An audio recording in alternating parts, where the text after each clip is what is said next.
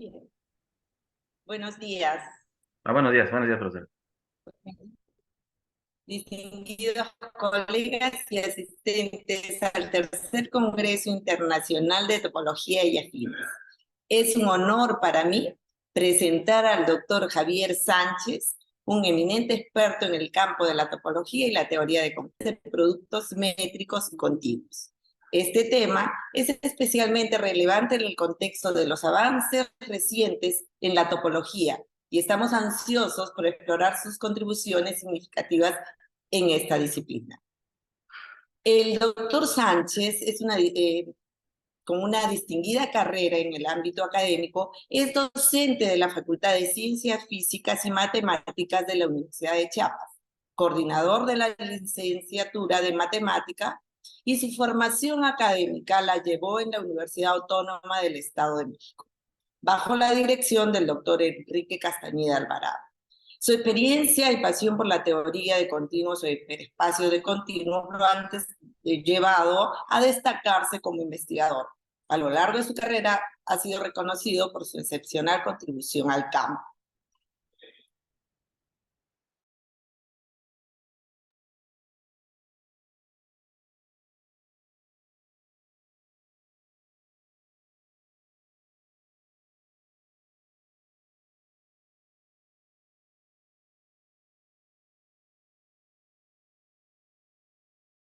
Sin más preámbulos, damos paso al doctor Sánchez para que comparta sus descubrimientos y conocimientos con todos nosotros. Doctor Sánchez, el escenario es suyo. Muchísimas gracias por la presentación. Este, agradezco bastante. Voy a tener apagada mi cámara porque estoy teniendo problemas con el internet. Está un poco lento. Ustedes me dicen si se escucha y si se está compartiendo la presentación, por favor.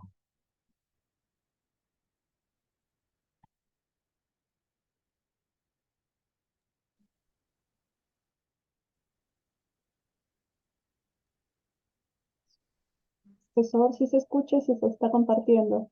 Perfecto, muchísimas gracias. Sí, les digo, estoy teniendo problemas con el internet, entonces no quisiera quedar mal.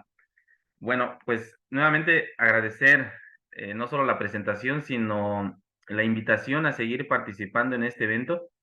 Es para mí un gran honor continuar colaborando con este tipo de exposiciones que lo que hacen es eh, fomentar y despertar el interés en muchos de los estudiantes. Ya se ha empezado a notar allá en la Universidad Nacional Mayor de San Marcos y eso me da un gusto enorme. El día de hoy voy a hablar sobre cocientes de productos simétricos en continuos.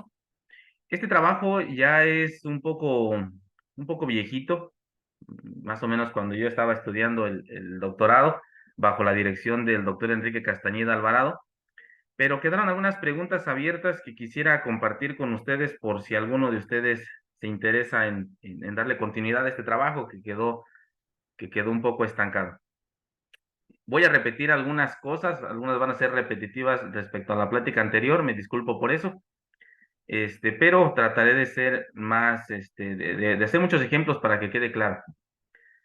Nuevamente, aquí un continuo va a ser un espacio métrico, compacto, conexo y con más de un punto. Ejemplos clásicos de continuos, pues son tomar el intervalo cerrado 0,1 con la topología usual como subespacio de los reales. Ese es como que el ejemplo más básico que nos enseñan para probar que es un espacio métrico, compacto y conexo. Podríamos considerar también una curva cerrada simple, una dos celda, una tres celda o una celda de cualquier dimensión. Esos son ejemplos clásicos de continuos. Realmente voy a estar trabajando con estos dos, que son el intervalo y la curva cerrada simple. A los espacios que sean homeomorfos al intervalo les voy a llamar arcos y a los espacios que sean homeomorfos a la circunferencia unitaria les voy a llamar curvas cerradas simples. Si de repente ocupo esas palabras, a eso me estoy refiriendo. Bueno, para un continuo X, un hiperespacio de X no es más que una familia de subconjuntos cerrados y no vacíos. ¿Sale? Bueno, se vuelve hiperespacio una vez que uno le da una topología, pero de momento piénsenlo así, como una familia no vacía de subconjuntos cerrados no vacíos dentro del continuo X. Aquí solo voy a trabajar con el siguiente. Dado n un número natural, voy a considerar al hiperespacio Fn de X como la familia de todos los subconjuntos de X que son no vacíos y tienen a lo más n puntos. No le tengo que pedir que sea cerrado porque eso se cumple en cualquier espacio métrico, ¿no? Los conjuntos que son finitos son cerrados. Por eso esta familia en efecto es un hiperespacio de X. Este hiperespacio Fn de X se le conoce como el enésimo producto simétrico de X. Y este tipo de hiperespacios fueron introducidos por Borsuk y Ulam en el año de 1931. Aquí les dejo la referencia de esa definición, de esta primera definición de los productos simétricos. Y en este artículo analizan un poco cómo es la estructura topológica de los hiperespacios Fn de X, principalmente del arco. Y después algunas preguntas con respecto a la circunferencia. Bueno, voy a hacer algunos ejemplos de cómo visualizar este tipo de hiperespacios. Por ejemplo, si iniciamos con X, si iniciamos considerando X como el intervalo cerrado 0, 1, pues está claro que F2 de X son conjuntos de a lo más 2 puntos, donde los puntos se encuentran entre 0 y 1. Como el intervalo cerrado 0, 1 está ordenado con el orden usual de los reales, pues incluso podría pedir que los conjuntos de a lo más 2 puntos tengan como elementos algo ordenado. No significa que esto sea diferente de la pareja B, solo estoy diciendo que puedo asumir que uno de los dos elementos A o B es uno menor o igual que el otro. Si esto les suena un poco tramposo, pues déjenme hacerlo mejor de la siguiente manera. Para cualquier elemento dentro de F2 de X, podemos hacer la asignación en la que a la pareja XY le asignemos el mínimo entre X y Y y el máximo entre X y Y. De alguna manera ya estoy diciendo aquí que los estoy ordenando. ¿Sale? La ventaja es que esta pareja se encuentra dentro de R2. Entonces lo que estoy haciendo es a cada elemento en el segundo producto simétrico de X a asociarle una pareja dentro de R2. No les dije qué pasa con la topología con la cual se está considerando F2 de X y de momento no es relevante, pero se puede verificar que esta función es continua e inyectiva. Como el hiperespacio F2 de X es un continuo, que no lo mencioné, pero siempre que X es un continuo, sus productos simétricos son un continuo, entonces esta función es una función continua que sale de un espacio compacto y llega a un espacio de Hausdorff, que es continua y biyectiva sobre su imagen, y eso la vuelve un homeomorfismo sobre su imagen. ¿Sale? Entonces, la manera en cómo podemos visualizar al segundo producto simétrico de X es vía la imagen bajo esta función de F2 de X. Ahora, ¿qué cosa es la imagen dentro de R2 de este espacio? Bueno, son parejas de puntos entre 0 y 1 donde la primer coordenada es menor o igual que la segunda. Y eso pues se visualiza como un triángulo relleno en el plano dentro del cuadrado unitario 0, 1, cruz 0, 1, ¿no? Está la diagonal, aquí es donde los puntos X y Y son iguales, y todos los demás de aquí cumplen que la primer coordenada es menor o igual que la segunda. Aquí podríamos visualizar incluso cómo quedan representados algunos de los subconjuntos dentro de F2 de X. Por ejemplo, en la diagonal, que es cuando el mínimo y el máximo entre dos puntos coinciden, y eso va a pasar solo cuando sea un conjunto unipuntual. ¿Perdón?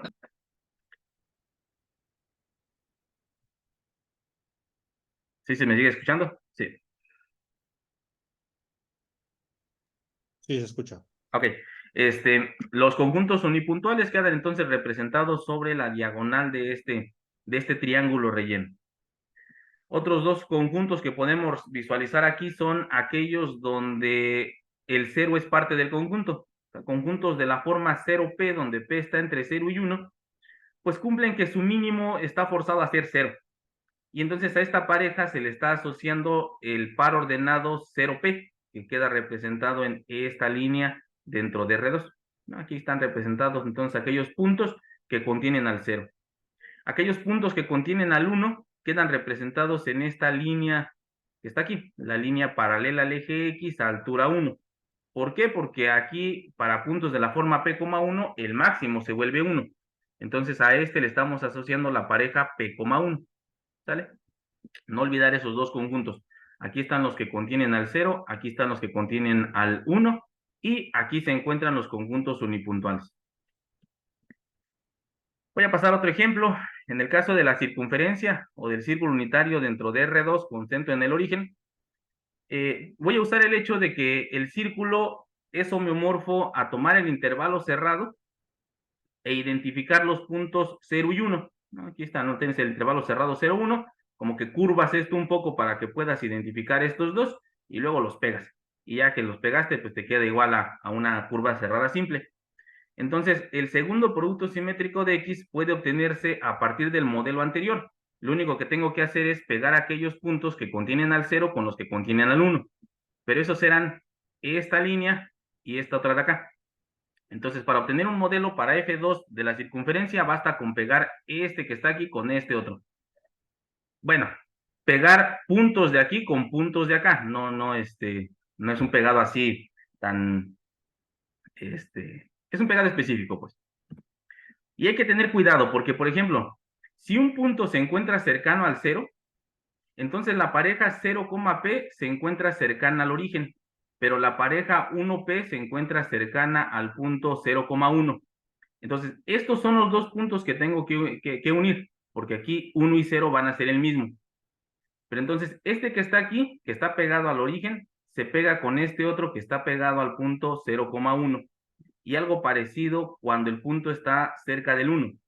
El punto 1P está cerca del punto 1,1, mientras que el punto 0P está cerca del punto 0,1. Entonces, puntos que estén por acá abajo se pegan con puntos acá arriba, pero así, ¿no? Y puntos de este estilo, pues se van a pegar de esta manera. Lo que estoy diciendo es que el pegado va a ser siguiendo esta orientación. Voy a pegar este lado con este otro, pero siguiendo esta orientación de flechas.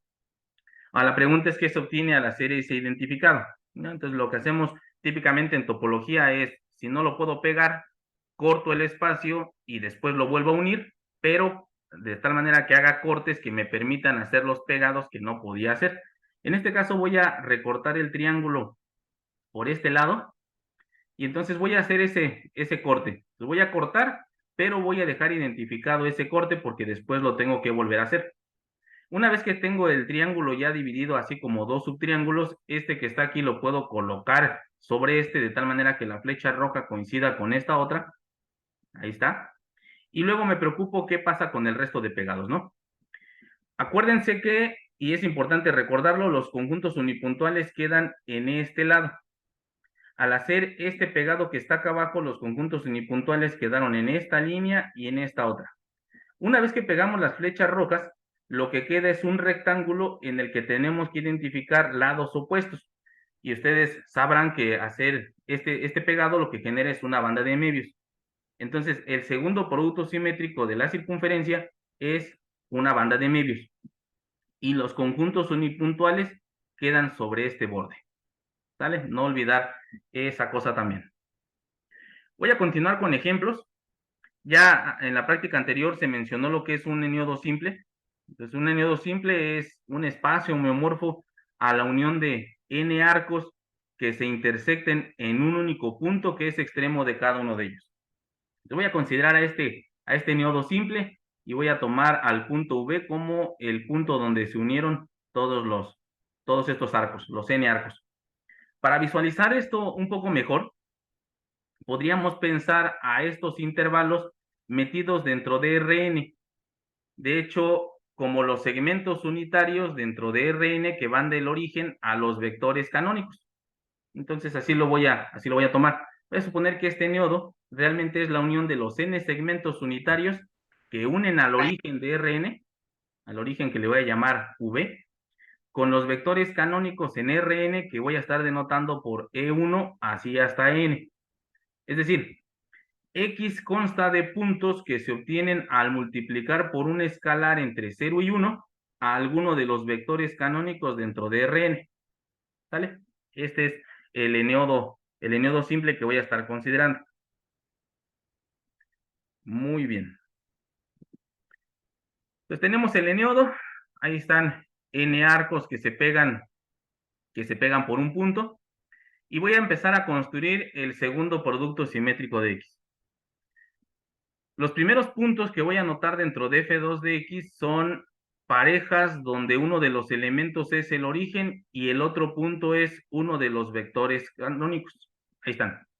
Entonces tenemos a la pareja BE1, BE2, BE3 y así hasta BN. No lo mencioné, pero estoy pensando que n es mayor o igual que 3, ¿sale? Si no, se puede considerar un 2O2 simple, un 1O2 simple, pero no tiene gran relevancia porque esos son un arco, ¿sale? Entonces aquí estoy pensando que n es mayor o igual que 3. Por eso puedo hacer la elección de al menos estos 3 puntos y lo que reste. Bueno, con esto tenemos n puntos que se encuentran en el segundo producto simétrico de X, ¿sale? Entonces son la pareja, el 0, el origen, junto con alguno de los vectores canónicos. Muy bien. Por ejemplo, pensemos en el vector, perdón, en la pareja 0, B. Perdón, E1, B. Aquí está. Si el punto V lo empiezo a desplazar en dirección del punto E2, del vector canónico E2, es decir, estoy considerando parejas de puntos donde uno de los elementos es E1 y el otro es un escalar multiplicado por E2, donde el escalar se encuentra entre 0 y 1, lo que voy describiendo es un segmento. Un segmento que inicia en EV y termina en la pareja E1-E2. ¿Sale? Entonces, mira, dejas fijo a E1 y este punto lo empiezas a desplazar hasta que llegue a ser E2 y lo que obtienes es un segmento dentro del segundo producto simétrico que une al punto BE1 con el punto E1-E2.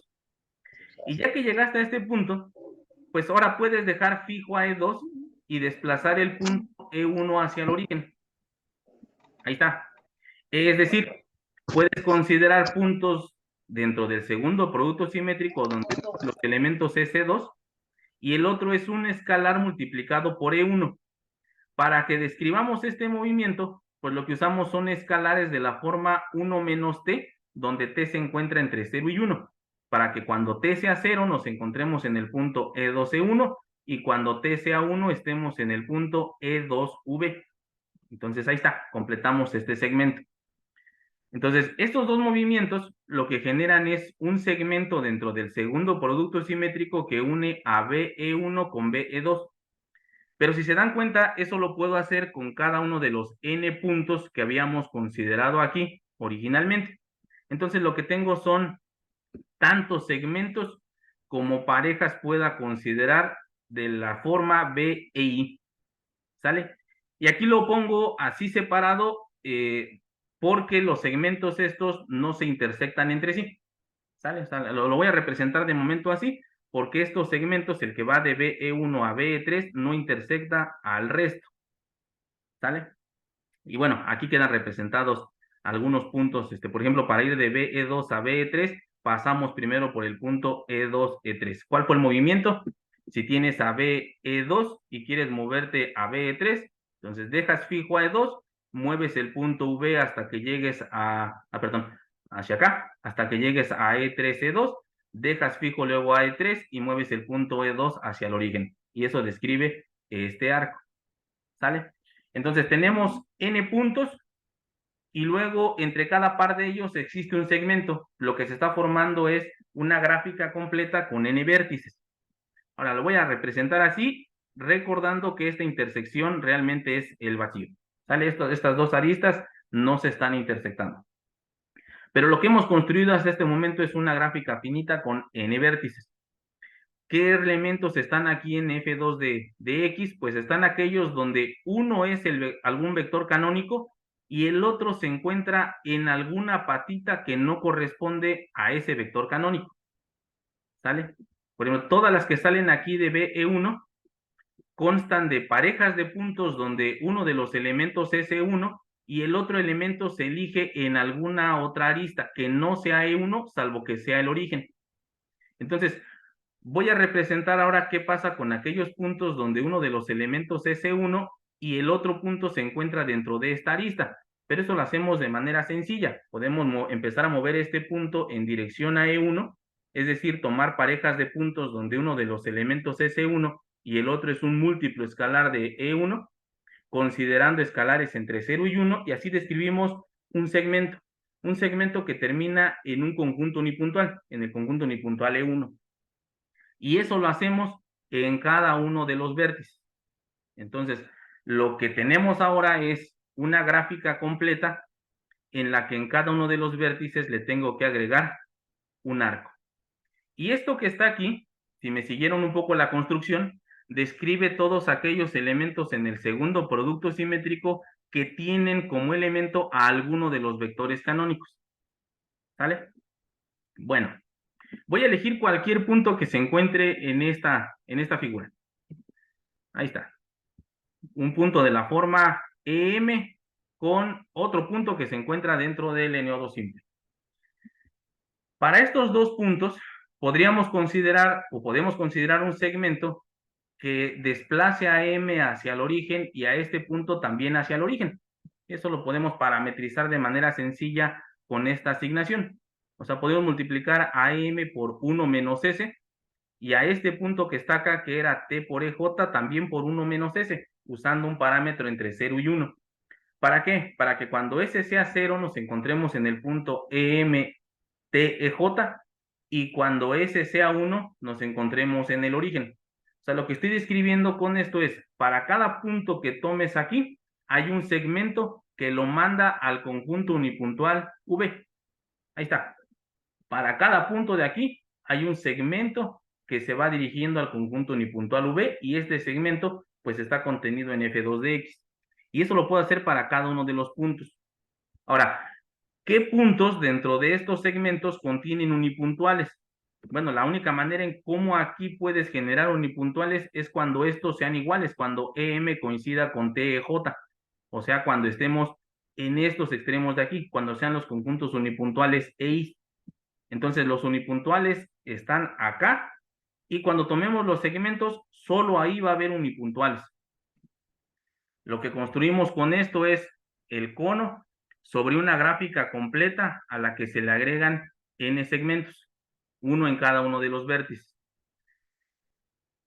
Hay que hacer las cuentas y convencerse de por qué esta asignación, así como cono, no repite puntos, o sea, es una asignación inyectiva, que lo hace también de manera continua, y entonces convencerse de que F2 de X es homeomorfo al cono sobre esta gráfica completa a la que se le agregan n vértices.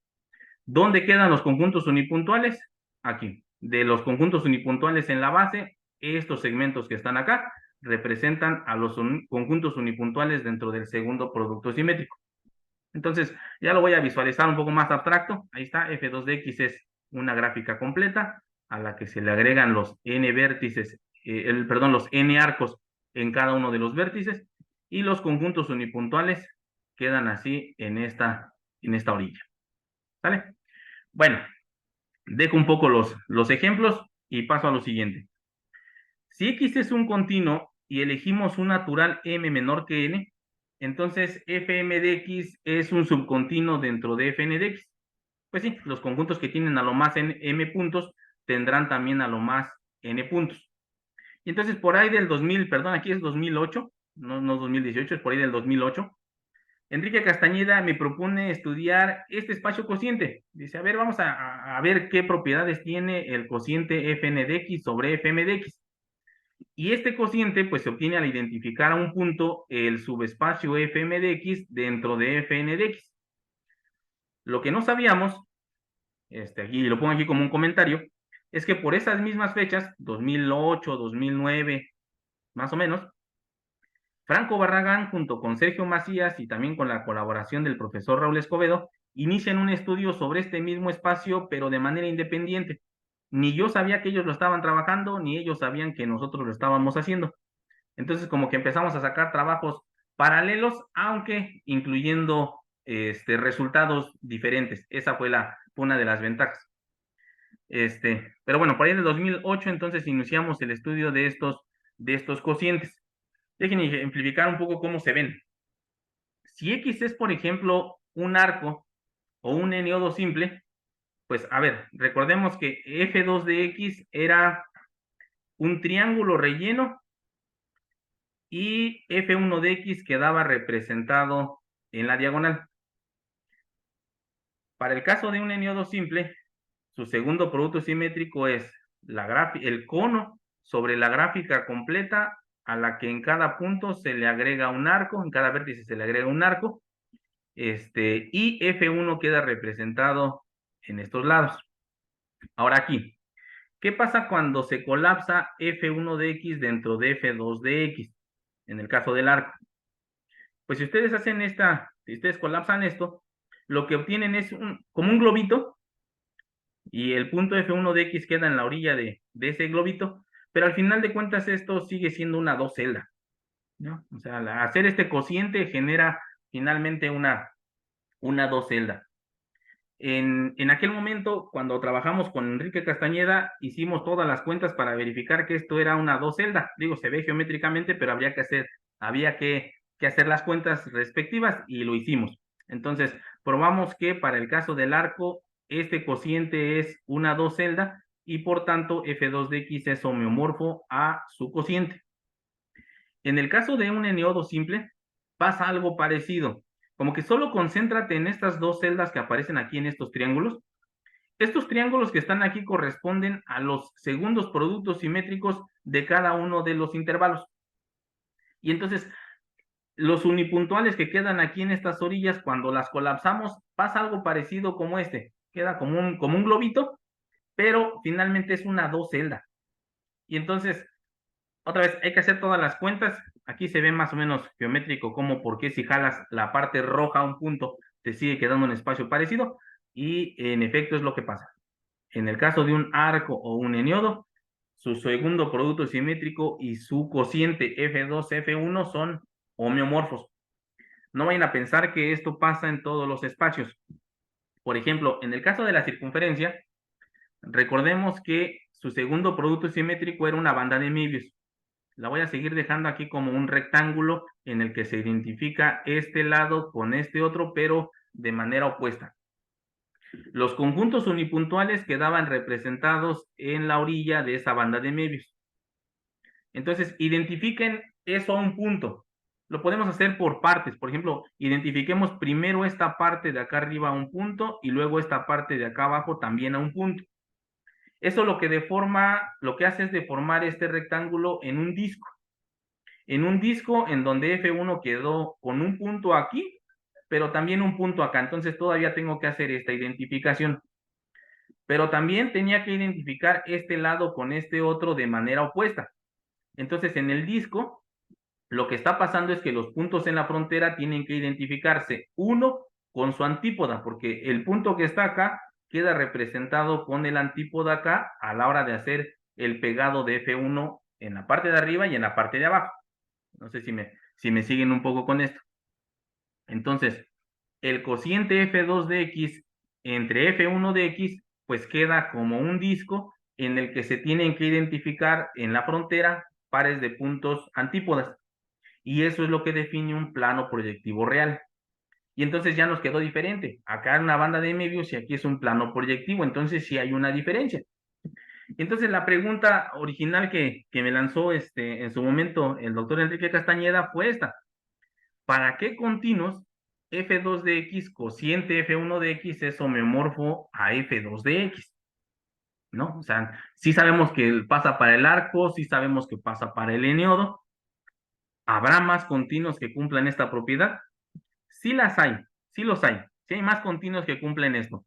Por ejemplo, con la misma idea como se construye el segundo producto simétrico de un eniodo, se puede construir el segundo producto simétrico de un abanico armónico. O sea, un pegado de una cantidad numerable de segmentos que se van aproximando a uno de ellos, ¿no? O sea, aquí tienes el segmento E1, el segmento E2, el segmento E3 y todos estos se van a ir aproximando a un segmento límite. Para este espacio también su segundo producto simétrico se parece a este cociente. Este que está aquí, pueden pensarlo, su segundo producto simétrico como una gráfica con una infinidad de vértices completa, en la que en cada vértice le vas alargando un pelito y luego tomas el cono. Nada más que ahí hay una convergencia entre los pelitos que vas generando, ¿no? Parecido a este también, a la dendrita F omega, que se obtiene más o menos como esta, solo que los arcos se tienen que ir haciendo cada vez más pequeño para para garantizar la conexidad local aquí donde se pegan. Pero para estos dos espacios, una idea parecida a la que se usó en los eniodos sirve para probar que estos dos espacios son homeomorfos. Algo ya más elaborado es, por ejemplo, esta dos celda. Se sabe que F2 de una dos celda es una cuatro celda, un resultado probado por Molsky. Y F2 queda en una de las tapas, entonces ahí hay que jugarle un poquito, pero también puede uno convencerse de que su segundo producto simétrico es homeomorfo a F2 cociente F1. Para un cubo de Hilbert también, F2 de un cubo de Hilbert es un cubo de Hilbert, y este cociente, pues también queda un cubo de Hilbert. Entonces, sí hay muchos espacios que cumplen esto, y entonces como ya se ve aquí un poco complicado buscar determinar cuáles son todos de ellos, lo que hicimos fue centrarnos en una clase más particular. Y esa clase, pues, es muy parecida a la de la plática anterior, ¿no? La de las gráficas finitas. Entonces, una gráfica finita no es más que un continuo que se puede expresar como la unión de una cantidad finita de arcos, de tal manera que la intersección entre cada par de arcos se da solo en a lo más sus puntos extremos. O sea, pueden haber dos arcos que no se intersecten, pero si se intersectan, tiene que hacerlo por sus puntos extremos. Entonces, aquí está un ejemplo de una gráfica en la que estoy uniendo 1, 2, 3, 4, 5, 6, 7 arcos, que también puede verse como haber unido estos dos y considerar a esto solo como un arco, como otro. O sea, la manera en cómo la vas a representar a la gráfica finita no tiene por qué ser única. Dentro de la gráfica finita podemos distinguir varios tipos de puntos. Por ejemplo, aquellos puntos que solo se conecten, a las que solo les llegue un arco, que es lo que mencionaba hace rato el doctor Enrique Castañeda, ¿no? El orden de los puntos. Puntos de orden 1, que es que solo les llegue un arco, puntos de orden 2, que son a los que les llegan dos arcos y se unen en él, o puntos a los que les llegan más de 3 arcos, que son los llamados puntos de ramificación. Entonces, distinguimos 3 casos. Puntos extremos, que son a los que les llega un arco, puntos ordinarios, que es a los que les llegan 2 arcos, y puntos de ramificación a los que les llegan 3 o más arcos. Tenemos esa distinción. Y con esa distinción, lo que probamos es que si X es una gráfica finita y quieres que F2 de X sea homeomorfo al cociente, entonces X tiene que tener forzosamente a lo más un punto de ramificación. O sea, tiene que tener esta forma, tiene que ser el pegado de algunos intervalos por un punto y en ese mismo punto pegar algunas circunferencias, pero en este sentido. ¿Sale? ¿Cómo lo hicimos? Bueno, lo que hicimos fue distinguir cómo son las vecindades en el segundo producto simétrico. Eso ya se había hecho en las gráficas finitas. Distinguir cómo son las vecindades ahí. Lo que lo trasladamos fue a verlo cómo se ven esas vecindades, pero ahora en el cociente. Hay algunas vecindades así muy distinguidas en el segundo producto simétrico de una gráfica y ellas tienen que ver cuando eliges como elementos a puntos de ramificación, o sea, conjuntos unipuntuales de puntos de ramificación o parejas de puntos que son los dos de ramificación. Este tipo de puntos generan vecindades diferentes al resto de las demás. Todas son diferentes. Y entonces el hecho de agregar o de tener al menos 2 puntos de ramificación hace que puedas contar ese tipo de vecindades como que distinguidas, y cuando consideras el cociente, aquellas donde consideras unipuntuales hace que esa cuenta disminuya. Entonces, lo que hicimos fue hacer un conteo entre el tipo de vecindades especiales que puede haber dentro de F2 de X y el tipo de vecindades especiales que puede haber en el cociente, logrando una desigualdad estricta cuando hay al menos 2 puntos de ramificación. Y entonces eso nos llevó a probar este resultado, que cuando hay una gráfica finita y estos espacios son homeomorfos, a lo más tiene un punto de ramificación.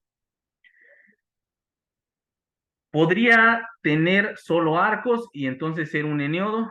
Podría tener solo circunferencias, o sea, podrían quitar esta parte, entonces ser como una subgráfica de un arete hawaiano, o podría ser así combinado.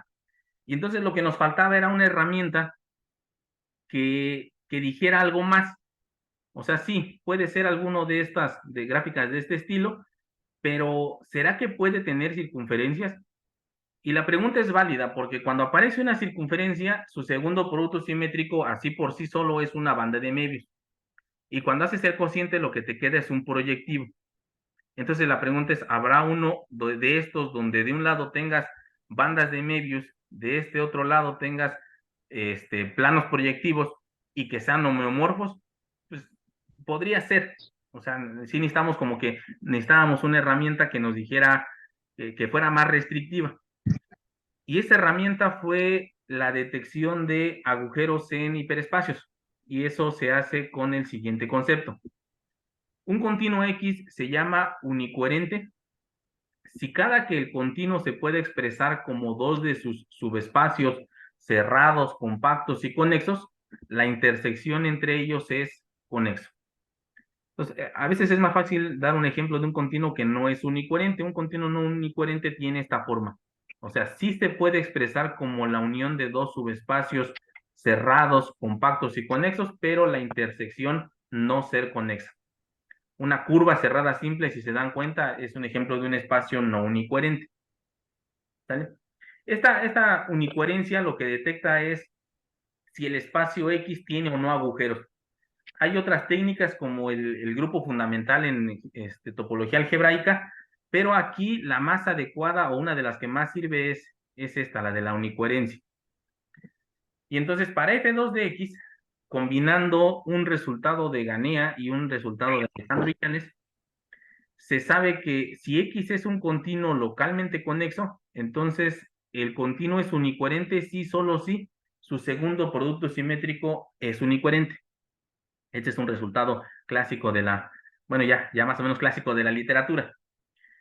Se tiene aquí para F2 de X porque para números mayores iguales que 3, los productos simétricos siempre son unicoherentes. Ahí no tiene caso estudiarlos. Para el caso F2 de X, este es interesante.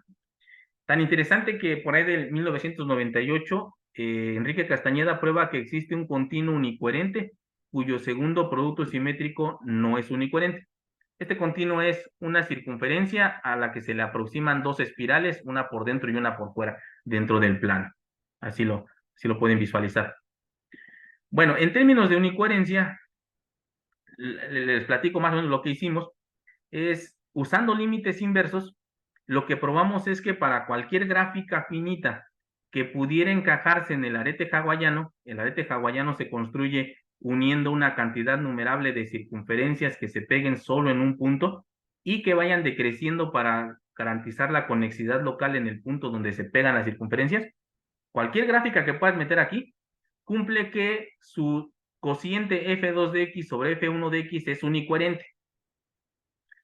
En el paso de usar límites inversos, también probamos que el ejemplo que propone Enrique Castañeda de un continuo unicoherente cuyo producto simétrico no es unicoherente, cumple que el cociente sí es unicoherente.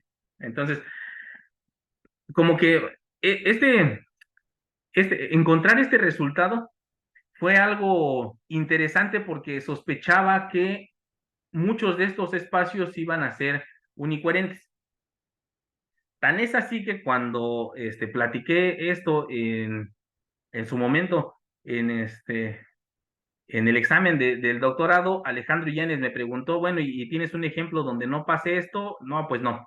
Medio año después, él junto con Enrique Castañeda y José Guadalupe Anaya prueban que todos estos cocientes son unicoherentes, que F2 de X sobre F1 de X es unicoherente. Entonces aquí me vi un poco ambicioso de ver lo que probamos, pero en realidad el resultado general es que F2 de X cociente F1 de X siempre es unicoherente. Pero bueno, aquí lo probamos en este sentido para concluir que si X es una gráfica finita y F2 de X es homeomorfo al cociente, entonces no puede tener curvas cerradas simples, porque este no te queda unicoherente y este sí. Tiene que ser un subcontinuo del arete hawaiano sin circunferencias y eso lo hace ser o un arco o un eneodo simple para algún n mayor o igual que 3. Entonces ese fue el principal resultado que probamos en aquel entonces en este artículo del 2013. Ahí les dejo la referencia, está en la revista Topology Proceedings. Bueno, pero sigue abierta la pregunta, ¿no? ¿Cuáles son todos los continuos X para los cuales F2 de X es homeomorfo a F2 de X sobre F1 de X. No sé, no, o sea, realmente no tengo respuesta a esta pregunta y la dejo aquí como pregunta abierta para aquellos que estén interesados en el tema. También está como pregunta qué pasa para grados más altos, ¿no? Por ejemplo, en general, ¿bajo qué condiciones Fn de X es homeomorfo a algún cociente Fn de X? Para empezar con F1 de X, ¿no? O sea, sin complicártela mucho. ¿Bajo qué condiciones Fn de X es homeomorfo a alguno de estos cocientes? Y la respuesta no es tan sencilla. Miren, por ejemplo, en el caso en que X es un intervalo y n es igual a 3, el tercer producto simétrico de X es homeomorfo a una 3 celda. Lo que puedes hacer para generar esta 3 celda es tomar al triángulo que generaba a F2 de X, tomar uno de sus lados, de hecho al lado donde se encuentran los conjuntos unipuntuales, y hacer girar ese triángulo, o sea, obtener un sólido de revolución. Se puede verificar que esto es homeomorfo a F3 del intervalo. Y F1 de X queda metido justo ahí en medio de esa 3 celda. Entonces la pregunta es, ¿qué se obtiene al identificar en esta 3 celda ese segmento? No quedan dos piezas, no quedan dos piezas porque este está muy flaco como para cortar al espacio. Y realmente no sé qué es lo que quede, pero seguro lo que queda al identificar esta parte roja, dentro de esa 3 celda, no te queda una 3 celda. ¿Por qué? Porque, por ejemplo, aquí puedes tomar a un círculo que le dé vuelta a esta parte roja y este círculo no lo puedes contraer a un punto sin tocar la parte roja. O sea, lo que estoy diciendo es que el cociente no tiene grupo fundamental trivial. Sin embargo, la 3 celda sí tiene grupo fundamental trivial. Entonces, al menos sé que F3 de X no es homeomorfo a F3 cociente F1. Pero ¿qué es F3 cociente F1? Pues quién sabe, la verdad, no tengo idea. Lo sigo tratando de averiguar. O sea, ni siquiera para el arco ya sé si se cumple que bueno, ya sé que este no es homeomorfo al cociente, pero tampoco sé que sea el cociente.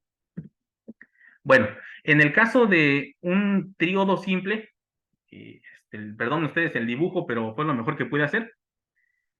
Hace algunos años, junto con Florencio Corona, con Russell Aarón Quiñones, con Hugo Villanueva, construimos un modelo para F3 del tríodo. Y se ve más o menos así. Es el cono sobre una botella de Klein. Espero que la parte roja parezca una botella de Klein, en la que le tienes que pegar 3 discos como que dentro de la botella, dentro del tubo de la botella, y otro disco en el asa de la botella. Después de eso tomas el cono. Los conjuntos unipuntuales quedan representados en uno de los puntos del disco hacia el vértice. O sea, de cada uno de los puntos del disco eliges un punto y lo mandas hacia el vértice. Esos 3 segmentos son los conjuntos unipuntuales. ¿Qué queda como cociente? No tengo idea. No tengo idea. O sea, modelos geométricos de F3 de X cociente con F1 de X, no les podría decir alguno. Ya ni siquiera hablo de la circunferencia, ¿no? F3 de la circunferencia es una 3 esfera y F1 queda metido dentro de esa 3 esfera como un nudo trébol. Entonces, ¿qué queda al hacer el cociente? No tengo idea. Entonces, ahí hay varias preguntas que podrían abordarse. Si alguno de ustedes está interesado, ojalá así sea. Y aquí les dejo alguna bibliografía donde se puede consultar casi todo lo que se sabe sobre este tipo de cocientes. No son muchos resultados. La mayoría, como les comento, son del colega Franco Barragán y aquellos que obtuve junto con Enrique Castañeda y Fernando Orozco Citli.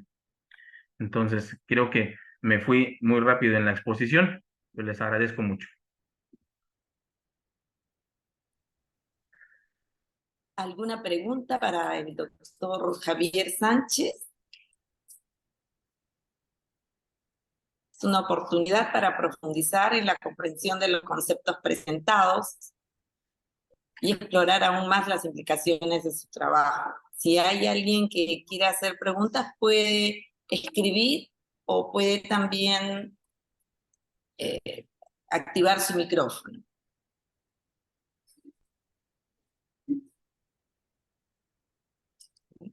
Chat. Voy a dejar de compartir. Ahí está. Bueno, ¿están haciendo alguna consulta, una pregunta? O nada quedó claro o todo quedó claro, ¿no? Quedó muy claro. Quedó claro. Bien. Los organizadores del tercer Congreso Internacional de Topología y Afines le extienden el siguiente certificado como ponente y su participación. Le haremos llegar a través de correo su certificado, pero ahí le podemos presentar. Muchas gracias. Muchas gracias por su presentación. No, gracias a todos por su asistencia.